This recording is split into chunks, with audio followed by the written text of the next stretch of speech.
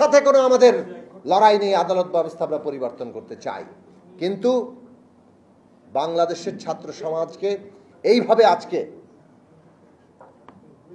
তাদেরকে বঞ্চিত করা, তাদের সাথে প্রতারণা করার কোনো চেষ্টা যাতে সরকার না করেন, সেই সতর্কতা থাকতে হবে।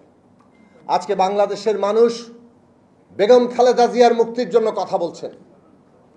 আজকে তিনি ভীষণভাবে অসুস্থ, তার চিকিৎসার জন্য বাংলাদেশের মানুষ দাবি করছে একজন রাজনৈতিক বন্দী, তাকে রাজনৈতিক হয়রানির উদ্দেশ্যে বন্দী করে রাখা হয়েছে, শাস্তি দেওয়া হয়েছে, কিন্তু একজন বন্দীরও চিকিৎসা পাওয়ার অধিকার আছে। তার যেটা চিকিৎসা দরকার সেটা যদি বাংলাদেশে না পাওয়া যায়, পৃথিবীর যেখানে পাওয়া যায় সেখানে যাওয়ার তার অধিকার আছে।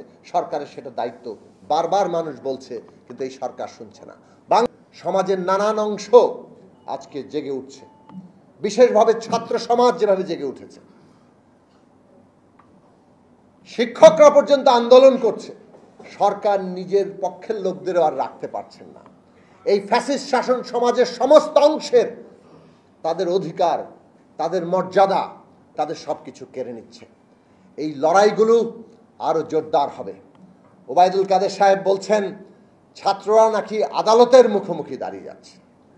আমরা দেখতে পাচ্ছি এই সরকার তারা নানাভাবে ষড়যন্ত্রমূলকভাবে এই বাংলাদেশের ছাত্র সমাজকে তাদের একটা ন্যায্য আন্দোলন, কোটা আন্দোলন, যেটা 18 সালে ফয়সালা হয়ে গেছিল, তাকে নানাভাবে আদালতের মুখোমুখি দাঁড় করিয়ে দেওয়ার চেষ্টা করছে। বাংলাদেশের মানুষ অবিলম্বে বেগম খালেদা জিয়ার মুক্তি পাওয়ার যে অধিকার, জামিনে মুক্তি, পূর্ণ মুক্তির যে অধিকার, সেই অধিকার সহ তার চিকিৎসার দাবি করে। কিন্তু সরকার কোনোটাই শুনবে বলে মনে হচ্ছে না। নেহায়েত বাধ্য না হলে কোনোটার দিক থেকেই তারা কোনো জনগণের প্রতি কর্ণপাত করতে চায় সেটা মনে হচ্ছে না। নাহলে কোটা ব্যবস্থা নিয়ে আবার এই ষড়যন্ত্রটা তারা করতো না। কাজেই আমাদেরকে আন্দোলনের জায়গায় যেতে হবে।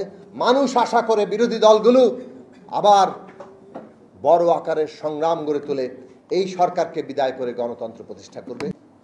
একটা জায়গায় পরিপূর্ণভাবে নিমজ্জিত হয়েছে, সেটা খুব পরিষ্কার। বাংলাদেশে গণতান্ত্রিক ব্যবস্থা নির্মাণের ক্ষেত্রে তাদের কোনো প্রস্তাব নেই। তাদের প্রস্তাব হচ্ছে এই জমিদারি, এই ফ্যাসিস্ট বন্দোবস্ত, এটাই চলতে থাকবে, এটাই চিরস্থায়ী হবে। কাজেই বাংলাদেশের মানুষের কাছে নতুন করে আমাদের এই ডাক নিয়ে যেতে হবে, জাগ্রত করতে হবে।